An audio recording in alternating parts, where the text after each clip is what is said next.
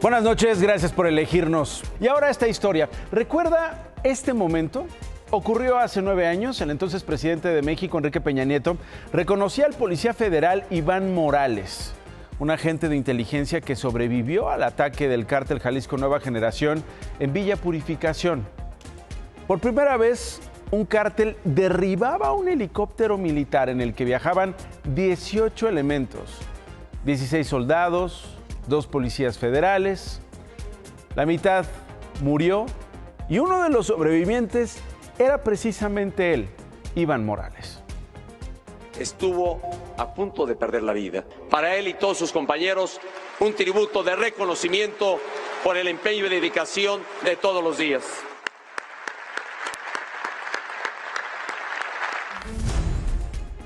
Ayer, después de casi 10 años de vivir con miedo, de sobrevivir escondiéndose del crimen organizado, fue asesinado en Temisco, Morelos.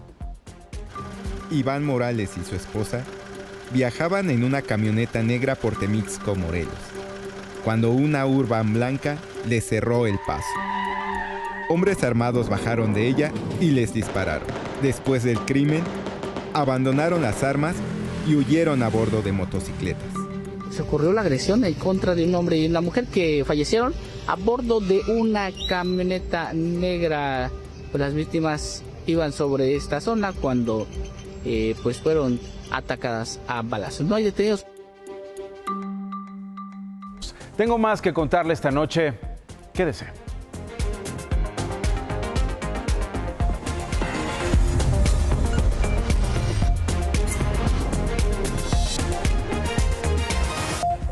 Anoche le presenté las imágenes de un incendio en una fábrica de Tlaquepaque, en Jalisco. El saldo que se reporta hasta el momento es de al menos 2 personas fallecidas. Y es que hay 26 heridas y 3 desaparecidas.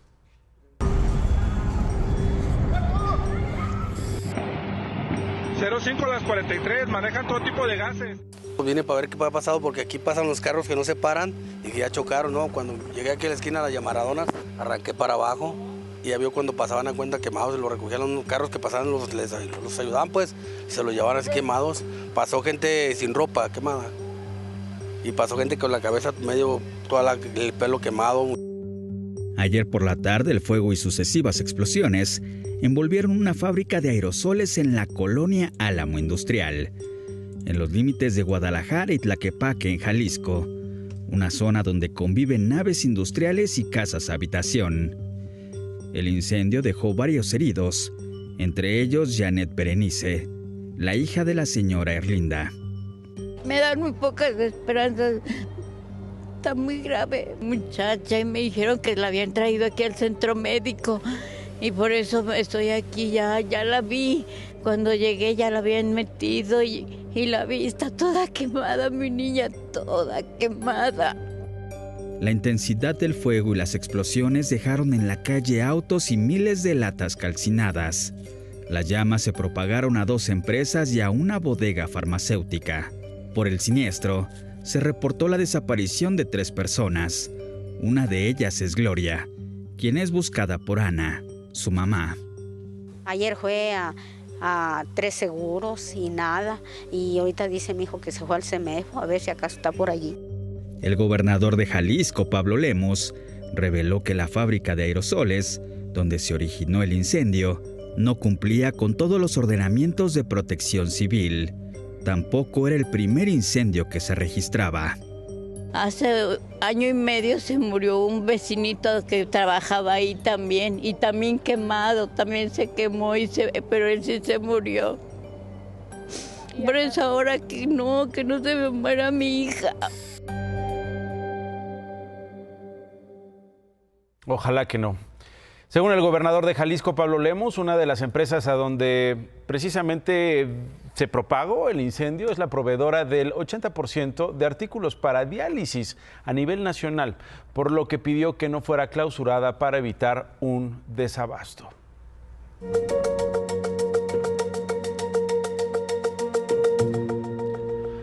Aquí le hemos documentado casos en los que delincuentes se hacen pasar por servidores públicos para extorsionar a comerciantes.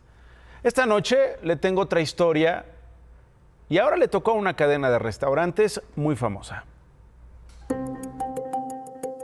El famoso restaurante El Charco de las Ranas del Pedregal. Ese, donde comió Paco Stanley antes de ser asesinado, fue víctima de la delincuencia la semana pasada.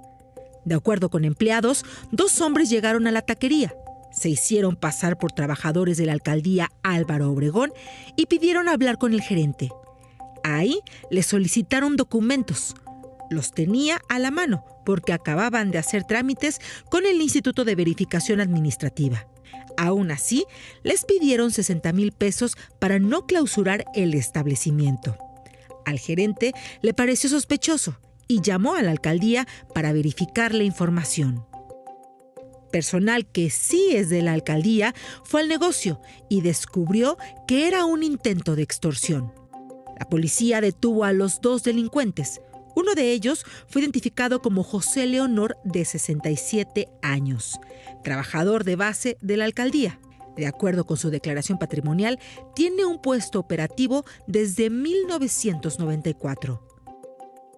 Mientras que el otro detenido es Sergio Rigoberto, de 61 años, quien también trabajaba en la alcaldía, pero que se dio de baja desde 2011.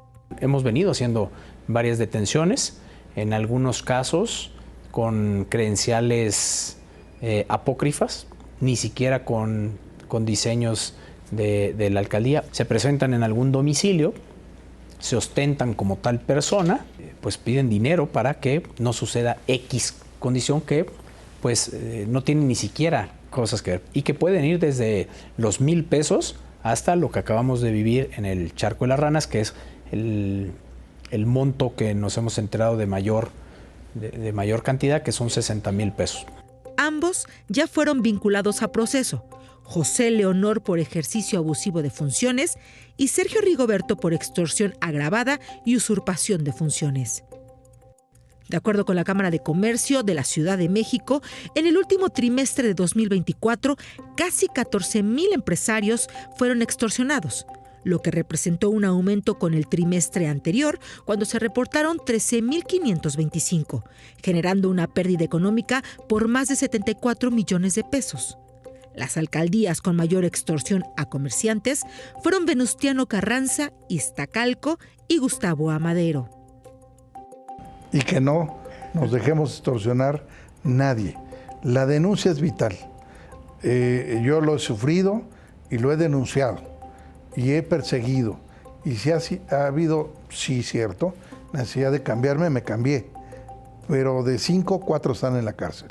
Y por supuesto a todos los que se andan haciendo pasar por servidores públicos en la calle, que sepan que no va a ser permitido. El hombre que sí era servidor público fue suspendido y se le hizo una retención en su pago hasta que se resuelva su situación legal.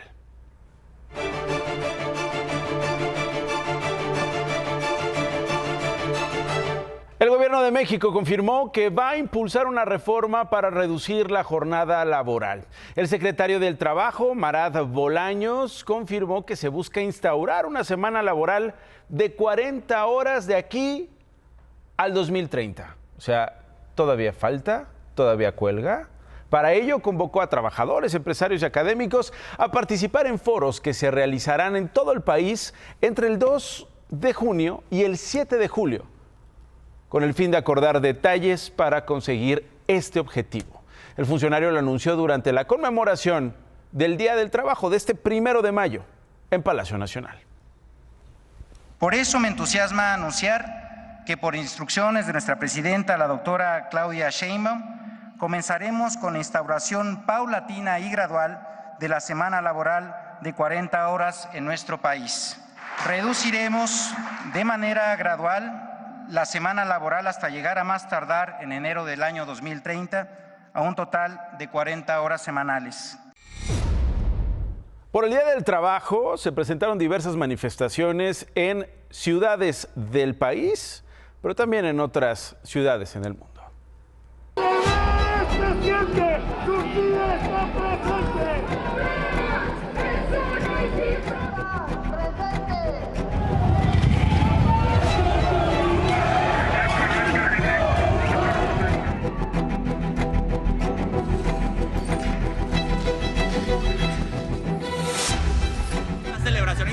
laboral que no depende de ningún estado, no depende ni de ningún gobierno de si nos dan permiso o no, depende de la clase trabajadora.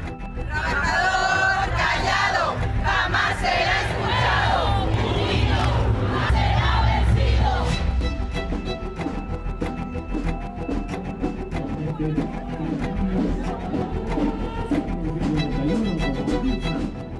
¡Te moriste, Paquita!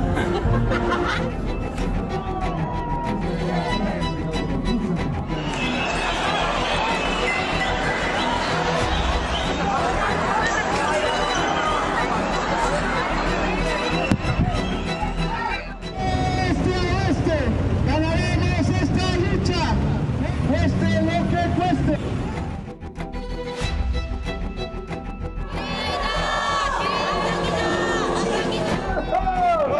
Siempre lucharás.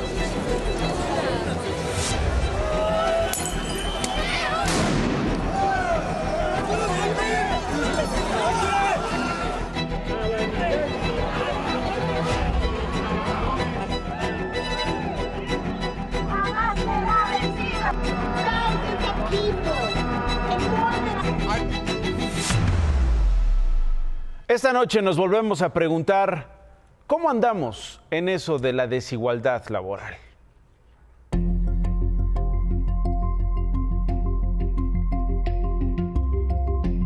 Mercado laboral en México. ¿Cómo vamos? Según Marat Bolaños, titular de la Secretaría del Trabajo y Previsión Social, de 2018 a 2024, el número de empleos creció un 19.2%. Hasta enero de este año, la población económicamente activa era de 59.4 millones de personas. 24 millones son mujeres y 35 millones son hombres. Pues sí, tengo 2 trabajos porque vivir sale caro. ¿Qué hay del vendedor de papitas o el bolero de la esquina de tu casa? La población ocupada en la informalidad laboral es de 32.2 millones de personas. Aunque representan un músculo fuerte para la economía mexicana, esa fortaleza no se refleja en sus bolsillos. Pues una semana, pues unos 1,500 más o menos, es lo que yo vengo ganando. Yo creo que me estoy llevando como unos 2,000 pesos a la semana. O sea, se ha bajado bastante la venta y aparte los precios están elevadísimos. En marzo de este año, la Encuesta Nacional de Ocupación y Empleo reveló que la tasa de desocupación fue de 2.7%, o bien 1.6 millones de personas sin chamba. Trabajaba en un call center. Se supone que mi sueldo completo era de 16,000 mensuales, pero me pagaban 10,000. Eran jornadas de más de 48 horas, un día de descanso. Estaba muy pesado, muy pesado. En 2018, el salario mínimo era de 88.36 pesos. Ahora es de 278.80 pesos. En la zona libre de la frontera norte, que abarca municipios de Baja California, Sonora, Coahuila, Nuevo León, Tamaulipas y Chihuahua, es de 419.88 pesos. Sí, definitivamente la vida ha subido mucho de precio en los últimos años. O sea, yo creo que pues la inflación aquí, los sueldos aquí. Antes del aumento se podían comprar 0.8 canastas básicas, es decir, no alcanzaba para una. Hoy en día ha subido a 1.8. La presidenta Claudia Sheinbaum espera que para 2030 un salario mínimo compre 2,5 canastas básicas. Pero, ¿alcanza o no alcanza? No alcanza. No alcanza. Pues alcanza medias, ¿no? Es complicado. Pero no es igual para todos. Hasta el último trimestre de 2024, el número de mujeres en edad de trabajar era mayor que el de los hombres. Sin embargo, en la realidad, ellos tienen más trabajo que ellas. Y sí, siguen ganando más.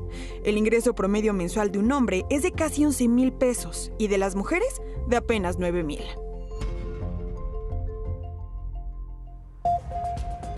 Esta semana la presidenta Claudia Sheinbaum y el expresidente Ernesto Zedillo intercambiaron ataques, intercambiaron declaraciones. Hubo un texto del priista que desempolvó el Fobaproa.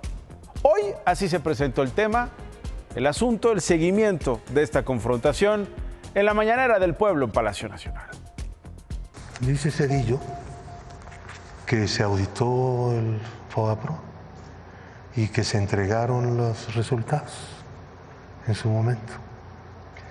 Miente feo. De lo que está aquí en el reporte de que le llamaron confidencial, pero que en realidad era secreto, de operaciones reportables identificadas. Son 73.775.429.262. Esto fue lo que Zedillo, con la complicidad del PAN, ocultó. Y vino el siguiente golpe al expresidente. Hubo reacción también en Palacio Nacional por un audio publicado del que no hay autentificación ni verificación y que relacionaría a Nilda Patricia Velasco, de quien es esposo Ernesto Zedillo, con supuestos líderes del cártel de Colima. Tiene que investigarse todo esto que se hizo público ahora. Es importante que se investigue, porque, repito, hay mucha hipocresía en el conservadurismo. ¿De qué audio se trata? Es una serie de cassettes que habrían sido digitalizados y donde presuntamente se escucha la voz de Nilda Patricia Velasco y que publicó César Gutiérrez Priego, quien quiere ser ministro de la Corte y es hijo de Jesús Gutiérrez Rebollo, condenado por diversos delitos. ¿De la buena? Oh, pero bueno, ¿cómo te sale? O como tú, de la que tú quieras. De la que tú. Mira, ahorita está cobrando, del puro cocinero está cobrando 14. Ok, 14, el otro 2,500, el local 12 pesos. Pues nosotros estamos haciendo lo que te dije. Más noticias. En un operativo conjunto entre autoridades federales y locales, fue detenido en Querétaro Armando, alias El Ajenjo, presunto jefe de plaza del cártel Nuevo Imperio, que opera en la Ciudad de México y el Estado de México. Sergio Salomón Céspedes fue nombrado nuevo titular del Instituto Nacional de Migración en sustitución de Francisco Garduño. Céspedes se comprometió a impulsar una política migratoria que atiende la movilidad humana con un enfoque ordenado, regular y seguro. La presidenta Claudia Sheinbaum destacó que México está en primer lugar entre los países del G20 en la evaluación de la vida o bienestar, de acuerdo con datos de la encuesta State of the Global Workplace de Gallup.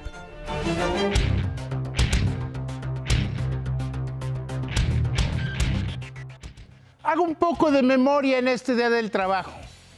¿Cuántos legisladores obreros ha habido en este país? Pero parece que solo muy poquitos, quizá únicamente Pedro Aces, sí están efectivamente preocupados por los trabajadores.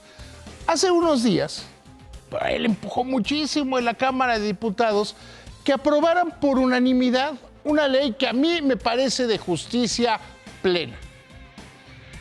Que los trabajadores que hoy solo ganan por propina, es decir, los propineros, tengan que ser contratados, tengan seguridad social, es decir, fondo de pensiones, es decir, acceso al Instituto Mexicano del Seguro Social, es decir, Infonavit. Que si los despiden, los liquiden. Porque ya basta de esta gandallada que se les hace a muchos de estos trabajadores de que, pues tú como cobras propina, de ahí que salga el dinero. Se trata, sin lugar a dudas, de un acto de justicia que los senadores deben aprobar. No en este 1 de mayo, pero sí en los próximos días. Y échame la cámara, échame por favor la cámara.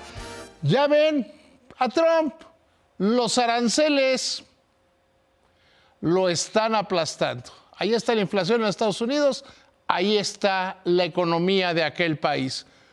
¿Tú no lo crees, Nacho?